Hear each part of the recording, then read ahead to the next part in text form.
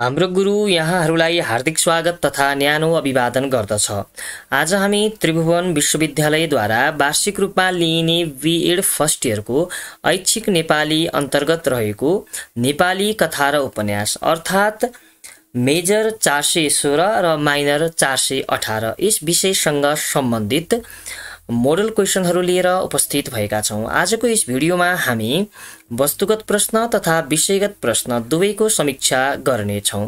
यो मैले विशेषतः नेपाली शिक्षा 416 लाई आधार बनाएर चाहिँ रचना गरेको छु, यो निर्माण गरेको छु। तर के बुझ्नुपर्छ यहाँहरूले भन्दा माइनर 418 हुने विद्यार्थीहरूले पनि पढ्नुपर्ने कोर्स यही नै हो र तपाईलाई पनि आउने प्रश्नको नमुना भनेको चाहिँ यही नै हो। त्यसकारणले गर्दा हाम्रो परीक्षाको दृष्टिकोणले चाहिँ यो क्वेशन हामीलाई सोधिएको थियो 416 मा 418 मा चाहिँ केही भिन्न प्रश्नहरू सोधिएको थियो, तर मोडल चाहिँ त्यही नै हो, यही नै हो भन्न चाहन्छु। तर आजको भिडियो सुरुवात गर्नु अगाडि यहाँहरू पनि हामीलाई पहिलो पटक हेर्दै हुनुहुन्छ भने हाम्रो यस च्यानललाई सब्स्क्राइब गर्न भने नभुल्नु होला, जसले गर्दा हामीले बनाएका भिडियोको नोटिफिकेसन पहिलोचोटि तपाईलाई नै प्राप्त होस्। यति जानकारी गराउँदै अब आजको विषयवस्तु ढिला नगरिकन सुरुवात गर्ने अनुमति चाहन्छु। आउनुहोस्। सबैभन्दा पहिला हामी प्रश्न नम्बर 1 बाट जाउँ। वस्तुगत प्रश्नबाट। वस्तुगत प्रश्नको अङ्कभार हुन्छ 20 नम्बर। 20 वटा प्रश्न सोधिन्छ। 20 वटा प्रश्नको एउटा बराबर 1 अङ्क हुन्छ। सबैभन्दा पहिला 1 नम्बरमा जाउँ। लक्ष्मीप्रसाद देवकोटाले कथालाई कसरी परिभाषित गरेका छन्? क कलात्मक इतिवृत्ति, ख आख्यानात्मक अभिव्यक्ति, ग सानो झ्यालबाट देखिने संसार, घ एकै बसाइमा पढ्न सकिने आख्यान। अब मैले एन्सर भनिदिनु भन्दा अगाडि यहाँहरू आफैले चाहिँ एन्सर गेस गर्नु होला, जसले गर्दा यहाँहरूलाई आफूलाई कति आउँछ कति आउँदैन भन्ने कुराको चाहिँ बोध पनि हुन्छ। त्यसकारणले गर्दा मैले एन्सर भनिदिनु भन्दा अगाडि नै टिक लगाउने अभ्यास गर्नुभयो भने चाहिँ परीक्षाको दृष्टिकोणले पनि धेरै सहयोग पुग्दछ भन्ने आशा मैले गरेको छु। ल भन्नुहोस् त 1 नम्बरको के हुन्छ? लक्ष्मीप्रसाद देवकोटाले कथालाई कसरी परिभाषित गरेका छन्? कलात्मक इतिवृत्ति, आख्यानात्मक अभिव्यक्ति, सानो झ्यालबाट देखिने संसार, एकै बसाइमा पढ्न सकिने आख्यान। पक्कै पनि गेस गरिसक्नु भएको छ। यसको सही विकल्प के हुन्छ? ग नम्बरको सानो झ्यालबाट देखिने संसार। त्यसैगरी 2 नम्बरमा जाउँ। नेपाली कथाको माध्यमिक कालको सुरुवात कुन कुराबाट भयो?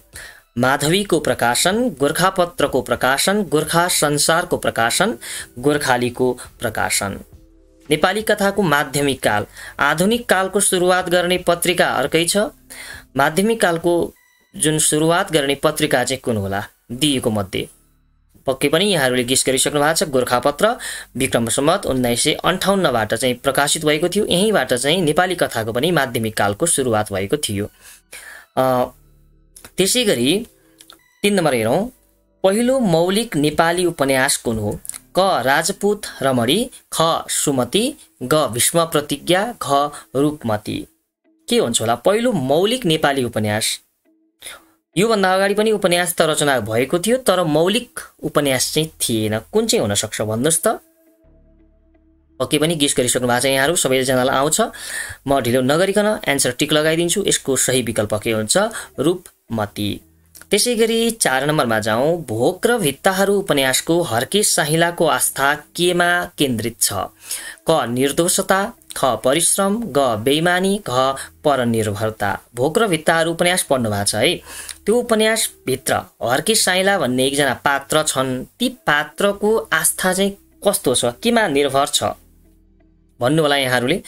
निर्दोष छ कि, परिश्रमी छ कि, बेइमानी छ कि परनिर्भरता छ? पक्कै पनि परिश्रमी स्वभावको रहेको छ। त्यसकारणले गर्दा हर्के साहिलाको आस्था परिश्रममा केन्द्रित छ। त्यसैगरी 5 नम्बरमा जाउँ। पहेँलो गुलाफ कथामा झुसेल किरा के को प्रतीक बनेको छ?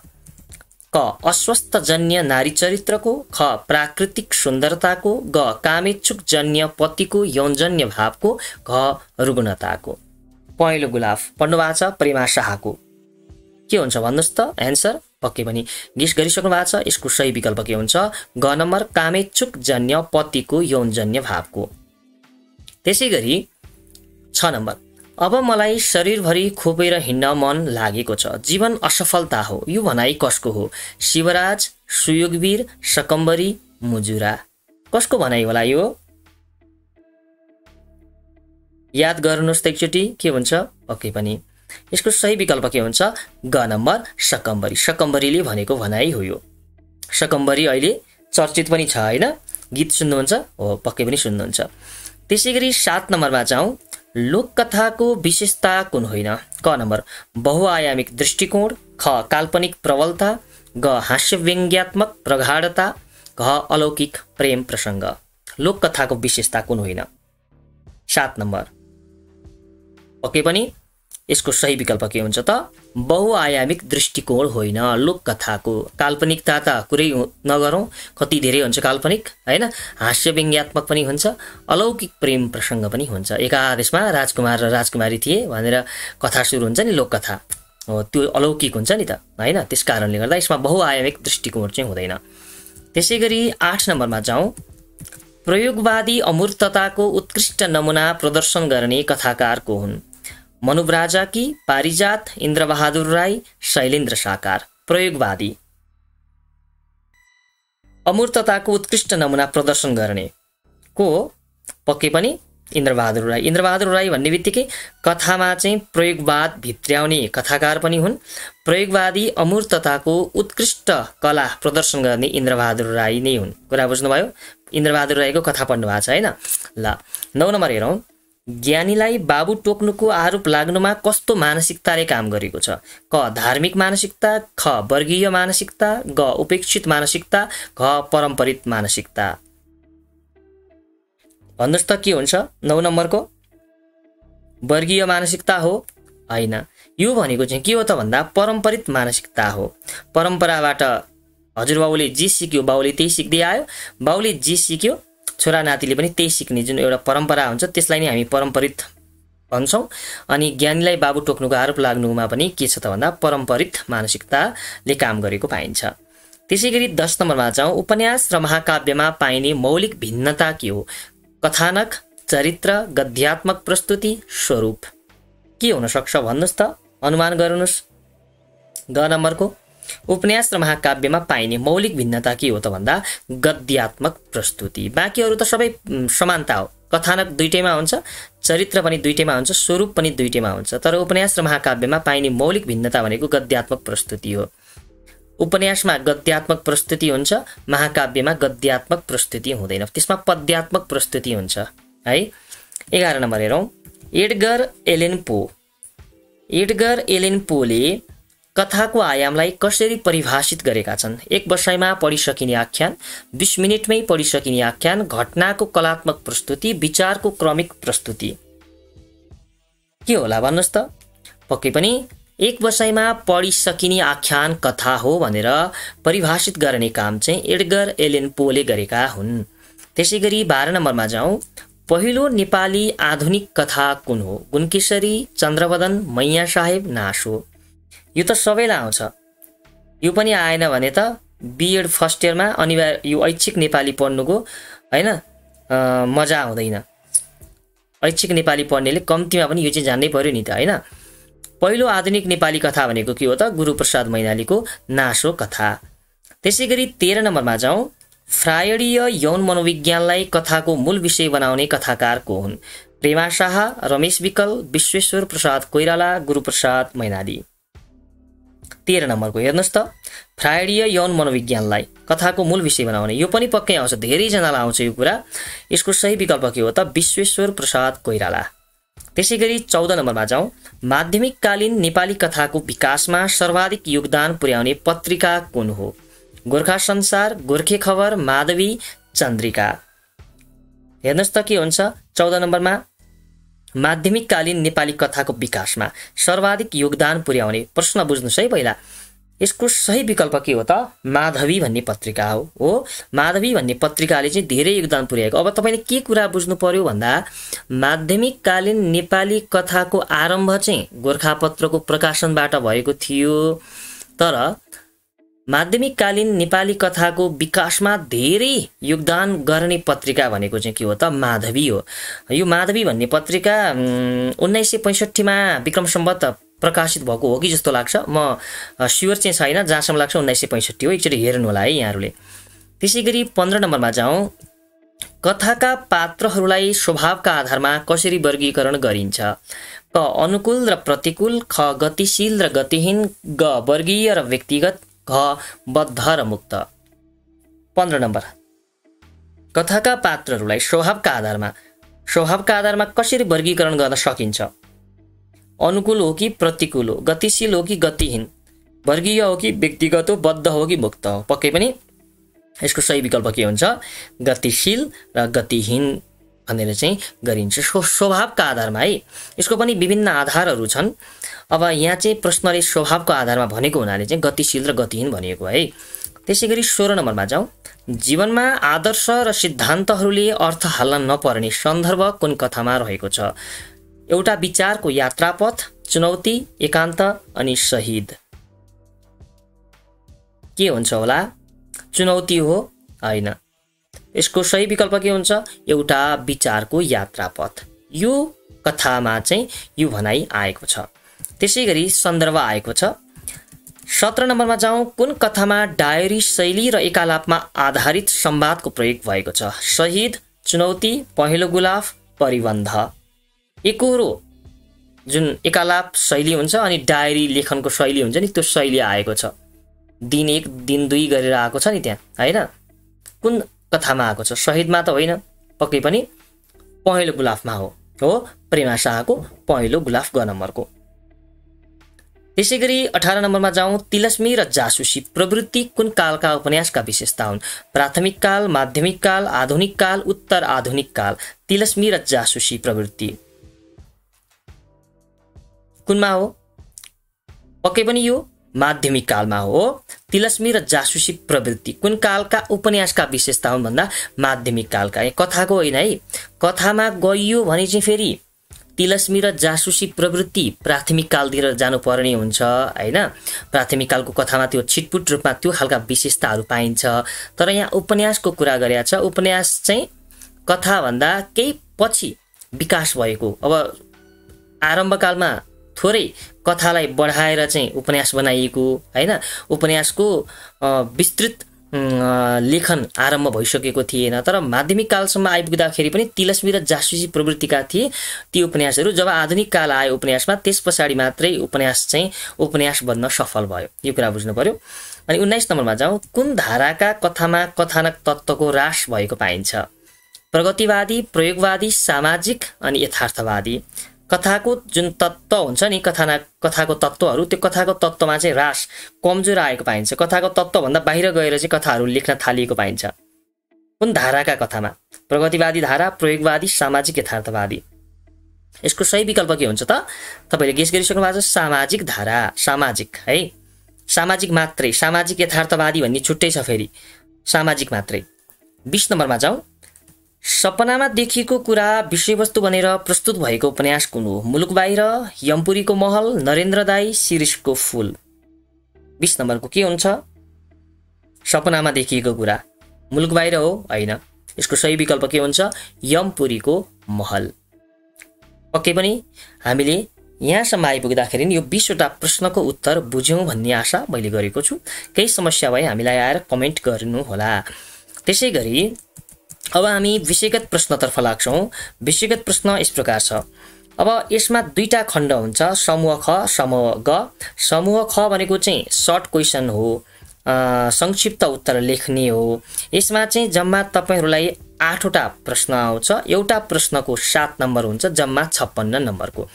अर्को भनेको चाहिँ तपाईलाई चाहिँ संक्षिप्त उत्तर बाहेक अर्को समूह गमा चाहिँ लामो प्रश्नहरू चाहिँ सोधिन्छ। 3टा प्रश्न सोधिन्छ, 2टा गर्नुपर्ने हुन्छ। एउटाको चाहिँ तपाईको 12 नम्बर हुन्छ, जम्मा 24 नम्बरको हुन्छ। अब यसमा के कस्ता प्रश्नहरू छ त्यो प्रश्नको हामी समीक्षा गरौँ। 1. लोककथाको उपयोगिता सिद्ध गर्नुहोस् भनेको छ। तपाईले लोककथा भन्ने पढ्नु भएको छ हैन? त्यो हुनाले लोककथाको उपयोगिता भन्नु नै लोककथाको महत्त्व हो। सबैभन्दा पहिला तपाईले लोककथा भनेको के हो त्यसको सामान्य परिचय दिनुहोस्। त्यसपछाडी बुदागत रूपमा 4-5 वटा महत्त्व या उपयोगिताहरू लेख्नुहोस्। त्यसपछाडी त्यसलाई व्याख्या गर्नुहोस्। यति गर्नुभयो भने तपाईको यो एन्सर भयो। अनि प्रत्येक एन्सरको सबैभन्दा अन्तिममा निष्कर्ष 1 वाक्य 2 वाक्यमा चाहिँ लेख्नु होला। त्यो लेख्नुभयो भने उत्तर अत्यन्त राम्रो हुन्छ है। अब उत्तर सबै मैले यहाँ लेखेको चाहिँ छैन, केवल तपाईलाई प्रश्न देखाउने मात्रै मेरो उद्देश्य हो। अब उत्तरको लागि हामी अर्को भिडियोतिर जानुपर्ने हुन्छ। हामीसँग अब परीक्षा अगाडि उत्तर लेखेर समाधान दिन सक्ने एउटा समय नभएको हुनाले मैले तपाईलाई उत्तर चाहिँ दिन सकिनँ। प्रश्न हेर्नुहोला, हामी अर्को वर्षदेखि हैन तपाईहरु सेकेन्ड इयरमा हुँदाखेरि चाहिँ त्यो पनि हामी दिन सक्छौं। त्यसैगरी 2 नम्बरमा हेरौं, प्राथमिककालीन नेपाली कथाका उपलब्धिलाई देखाउनुहोस् भनेको छ। अब प्राथमिककालीन माध्यमिककालीन भन्ने त तपाईलाई थाहा छ कथामा हैन। प्राथमिककालीन नेपाली कथाको उपलब्धिहरू चाहिँ के हुन्छ त्यो देखाउनु पर्यो तपाईले। अब त्यहाँ चाहिँ कुन कुन कथाकारहरू जन्मिए, कुन कुन कथाकारहरूले चाहिँ कस्तो कस्तो कथाहरूलाई चाहिँ अथवा विषयवस्तुलाई चाहिँ आत्मसात गरेर कथाहरू लेखे, त्यो कुरा तपाईले लेख्ने। त्यसको मुख्य उपलब्धि के हो त हैन, त्यो कुरा चाहिँ देखाउने। अथवा यसमा अथवा आउँछ 2 नम्बरमा, पहेँलो गुलाब कथाको मूलभूत कथ्य के हो भनेको। मूलभूत कथ्य भनेको मूल भाव के हो, यसले भन्न खोजेको मूल सार के हो। तपाईले अब यस्तो खालको प्रश्नमा चाहिँ पहिला लेखक परिचय लेख्नु पर्ने हुन्छ। लेखक परिचय दिनुहोस्, त्यसपछि चाहिँ बल्ल पहेँलो गुलाब अथवा लाउरी भैँसी अथवा अन्य कथाहरूमा चाहिँ तपाईले चाहिँ भन्न खोजेको प्रश्नले मागेको कुरा चाहिँ दिन सक्नुहुन्छ है। त्यसैगरी 3 नम्बरमा जाउँ, लाहुरी भैँसी कथाको परिवेश र भाषा शैलीको चर्चा गर्नुहोस् भनेको छ। लाहुरी भैँसीको अब कथाकार रमेश विकलको परिचय दिनुस् सबैभन्दा पहिला, अनि लाहुरी भैँसीको जुन कथाको परिवेश कस्तो छ र परिवेश सँगसँगै भाषा शैली कस्तो छ त्यसको चर्चा गर्ने भनेको। अब तपाईँ मेजर नेपाली लिने विद्यार्थी भाइ बहिनीहरूले पक्कै पनि यति त बुझ्नुहुन्छ परिवेश र भाषा शैली भनेको हैन। यो कम्पलसरी नेपाली पढ्नेले पनि बुझ्छन्, त्यसकारणले गर्दा मैले यसमा धेरै व्याख्या गरिरहनु पर्दैन। त्यसैगरी 4 नम्बर, इस्मालीका कथागत प्रवृत्तिहरू औल्याउनुहोस् भनेको छ। अब तपाईले मेजर नेपालीमा के कुरा बुझ्नु पर्यो भन्दा कम्तीमा पनि तपाईले 2टा कथाकारको प्रवृत्तिहरू चाहिँ याद गर्नै पर्छ हैन। अब तपाईलाई जुन पनि आउन सक्छ परीक्षाको दृष्टिकोणले, अब सबै याद गर्दा एकदम राम्रो भयो। त्यही पनि महत्त्वपूर्ण जुन तपाईले पुराना प्रश्नपत्रहरू हेरेर त्यसमा दोहोरिएका, त्यसमा आउन सक्ने सम्भावना रहेका कथाकारको जुन प्रवृत्तिहरू चाहिँ हेर्नु हो भने तपाईलाई सजिलो हुन्छ। 2टा त स्योरै आउँछ प्रश्नमा, धेरै जसो आइरा पनि छ है, प्रवृत्तिहरू लेख्न सकिहाल्नुहुन्छ। त्यसैगरी 5 नम्बरमा जाउँ, शून्यवादी दृष्टिले शिरीषको फूल उपन्यासको मूल्याङ्कन गर्नुहोस् भनेको छ। शून्यवादी दृष्टिले अब भनेको शून्यवादी भनेको अब तपाईले यसमा विसङ्गतिवादका कुराहरू अनि अस्तित्ववादका कुराहरू जोड्न सक्नुहुन्छ, अनि शिरीषको फूल उपन्यासको मूल्याङ्कन गर्ने, त्यसलाई समीक्षा गर्ने भनेको। तर अरु दृष्टिकोणले होइन, शून्यवादी दृष्टिले। अब शून्यवादी दृष्टि भन्ने बित्तिकै तपाईको अस्तित्ववादी दर्शन र विसङ्गतिवादी चिन्तन चाहिँ आइहाल्छ, त्यो कुरा जोड्नु पर्ने हुन्छ। अथवा कथाकार मदनमणि दीक्षितका कथागत वैशिष्ट्यमाथि छलफल गर्नुहोस् भनेको छ। अब माथि इस्मालीको आयो, तल कथाकार मदनमणि दीक्षितको आयो। जोस कथागत वैशिष्ट्य भन्ने बित्तिकै कथागत प्रवृत्तिहरू या विशेषताहरू भन्ने बुझिन्छ, त्यो लेख्नु होला यहाँहरूले। त्यसैगरी 6 नम्बरमा जाउँ, उपन्यासको परिचय दिनुहोस् भनेको छ। अब यहाँ कति सजिलो क्वेसन छ यो, उपन्यासको परिचय दिन आइहाल्छ तपाईलाई। अब उपन्यासको परिचय यसरी सोद्धाखेरि चाहिँ अब तपाईले चाहिँ सुरुबाटै जानुपर्ने हुन्छ। अब उपन्यास भन्ने शब्दको निर्माण कसरी भयो, अनि उपन्यास चाहिँ कुन भाषाबाट चाहिँ हैन नेपाली भाषामा चाहिँ अनुदित भएर आयो, त्यो सबै कुरा डिटेलमा लेख्नुपर्ने हुन्छ। अनि बल्ल तपाईले चाहिँ उपन्यासको चाहिँ परिचय दिएको ठहर्छ। उपन्यासको परिचय दिइरहँदाखेरि पूर्वीय विद्वानहरू अथवा पश्चात्य विद्वानहरूले चाहिँ भनेका कुराहरूलाई पनि जोड्न सक्नुहुन्छ। अब पूर्वीय विद्वानहरूले त उपन्यासको बारेमा त्यति धेरै भनाइराखेका छैनन्। यो उपन्यास भनेको चाहिँ विशेष गरेर पश्चिमा मुलुकबाटै आएको हो हैन, त्यो हुनाले पश्चिमा मुलुकहरूको चाहिँ विद्वानहरूको चाहिँ भनाइ भन्न सक्नुहुन्छ, दिन सक्नुहुन्छ है।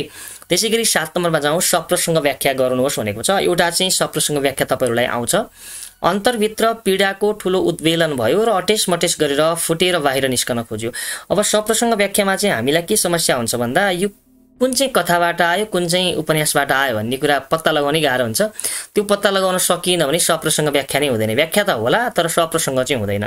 अब यसमा तपाईको लेखक परिचय दिनु पर्यो, त्यसपछि अब कुन प्रसङ्गबाट चाहिँ आएको, कुन प्रसङ्ग कोट्याउने सन्दर्भमा चाहिँ यो भनाइ आएको भन्ने कुरा चाहिँ लेख्नुपर्ने हुन्छ हैन। अब हामीले नपढाइरहेको मान्छेले यो पनि पत्ता लगाउन सक्दैनौँ। यो अन्तर्भित्र पीडाको ठुलो उद्वेलन भयो, अब यो कथा र उपन्यास खास विषय मेरो पनि होइन, त्यो हुनाले अब यो कुनबाट आयो त्यो मैले भन्न सक्दिनँ, मैले त्यो हेरेको छैन हैन। अब मेरो सेकेन्ड इयरमा चाहिँ छ भाषा पाठ्यक्रम भन्ने मैले पढाउने विषय चाहिँ, त्यो हुनाले अब यसमा चाहिँ के छ भन्ने कुरा तपाईँ आफैले एकचोटि हेर्नु होला है। ल 8 नम्बरमा हेर्नुहोस्, चुनौती कथाको भाषा शैलीबारे टिप्पणी गर्नुहोस् भनेको छ। अब यो तपाईले टिप्पणी गर्न सक्नुहुन्छ, भाषा शैलीबारे लेख्ने हो, केही गाह्रो भएन। अथवा शहीद कथाका प्रमुख पात्रको चरित्र चित्रण गर्नुहोस् भनेको छ। अब शहीद कथा तपाईले गुरुप्रसाद मैनालीको पढ्नु भएको छ, त्यो हुनाले तपाईलाई समस्या भएन। शहीद कथाका प्रमुख पात्र भनेको को, उसको चरित्र चित्रण गर्ने। सर्ट क्वेसन यति नै हो आउने तपाईलाई। अथवा अब समूह गमा जान सक्नुहुन्छ तपाईँ। यसमा मैले अघि नै भनिसकेँ, जम्मा 2टा प्रश्न लेख्नुपर्ने हुन्छ, सोध्न चाहिँ 3टा सोधिन्छ, एउटा छोड्ने हो। 9 नम्बर, मनोवैज्ञानिक उपन्यासका प्रमुख वैशिष्ट्यहरू केलाउनुहोस् भनेको छ। अब मनोवैज्ञानिक उपन्यासका प्रमुख वैशिष्ट्यताहरू के हुन्छन्? यसमा चाहिँ कुनै कथाकारको विशेष होइन कि अब मनोविज्ञानलाई आधार बनाएर उपन्यास लेख्ने को साहित्यकारहरू छन्, उपन्यासकारहरू छन्, ती सबैको हैन विशिष्टतालाई चाहिँ तपाईले यहाँनेरि चाहिँ केलाउन सक्नुहुन्छ। अब सारांशमा यो मनोवैज्ञानिक उपन्यासको एउटा विशिष्ट मोडहरू छ नि, त्यो विशिष्ट मोडहरूलाई चाहिँ तपाईले प्रस्तुत गर्न सक्नुहुन्छ। त्यो धारा छ नि, मनोवैज्ञानिक धारा हो, त्यो धारालाई चाहिँ। त्यसैगरी 10 नम्बरमा जाउँ, कथाकार इन्द्रबहादुर राईलाई एउटा विचारको यात्रापथको आधारमा स्थापित गर्नुहोस् भनेको छ। एउटा विचारको यात्रापथको आधारमा कथाकार इन्द्रबहादुर राईलाई चाहिँ चिनाउने भनेको। इन्द्रबहादुर राईको विचारहरू के कस्ता आएका छन् त्यसमा। अब इन्द्रबहादुर राईलाई चाहिँ तपाईले यही कथाको आधारमा मात्रै चिनाउनु पर्यो है। अथवा उपन्यासकार ध्रुवचन्द्र गौतमका प्रमुख औपन्यासिक प्रवृत्तिहरू निरूपण गर्नुहोस् भनेको छ। अब यो गर्न सकिहाल्नुहुन्छ। उपन्यासबाट एउटा औपन्यासिक प्रवृत्ति केलाउन आउँछ, कथाबाट 2टा प्रायः जस्तो आइरहेको हुन्छ। यो चाहिँ एकदमै ख्याल गर्नु होला। एउटा ख्याल गर्नुभयो भने बाँकी अरू सबै समान नै हुन्छन्। तपाईले विशेष गरेर यो कथामा उपन्यासमा चाहिँ त्यो मोड र धारा भन्ने हुन्छ नि, त्यो मोड र धाराहरू मजाले हेर्नुभयो भने सामान्यतया यो औपन्यासिक प्रवृत्ति अनि अथवा कथागत प्रवृत्तिहरू औल्याउन त्यति धेरै गाह्रो हुँदैन। त्यसैलाई आधार बनाएर चाहिँ आफैले बनाउन पनि सकिन्छ है। ल यसरी हामीले आज यो मोडल क्वेसनको चाहिँ छलफल गर्यौं। अब सबैजना विद्यार्थीहरूलाई चाहिँ हार्दिक मङ्गलमय शुभकामना परीक्षाको लागि। सबैजनाले राम्रो गर्नुस्। मैले आजलाई जुन निर्धारित गरेको भिडियो लगभग यही अन्त्य भएको छ। हामीलाई यतिन्जेल हेरेर साथ दिनुभएकोमा सम्पूर्ण विद्यार्थीहरूलाई हृदयत धन्यवाद व्यक्त गर्दै हामी अर्को भिडियोमा भेट्ने बाचासहित आजलाई बिदा माग्न चाहन्छु। यहाँहरू सबैको दिन शुभ रहोस्, यहाँहरू सबैको रात शुभ रहोस्।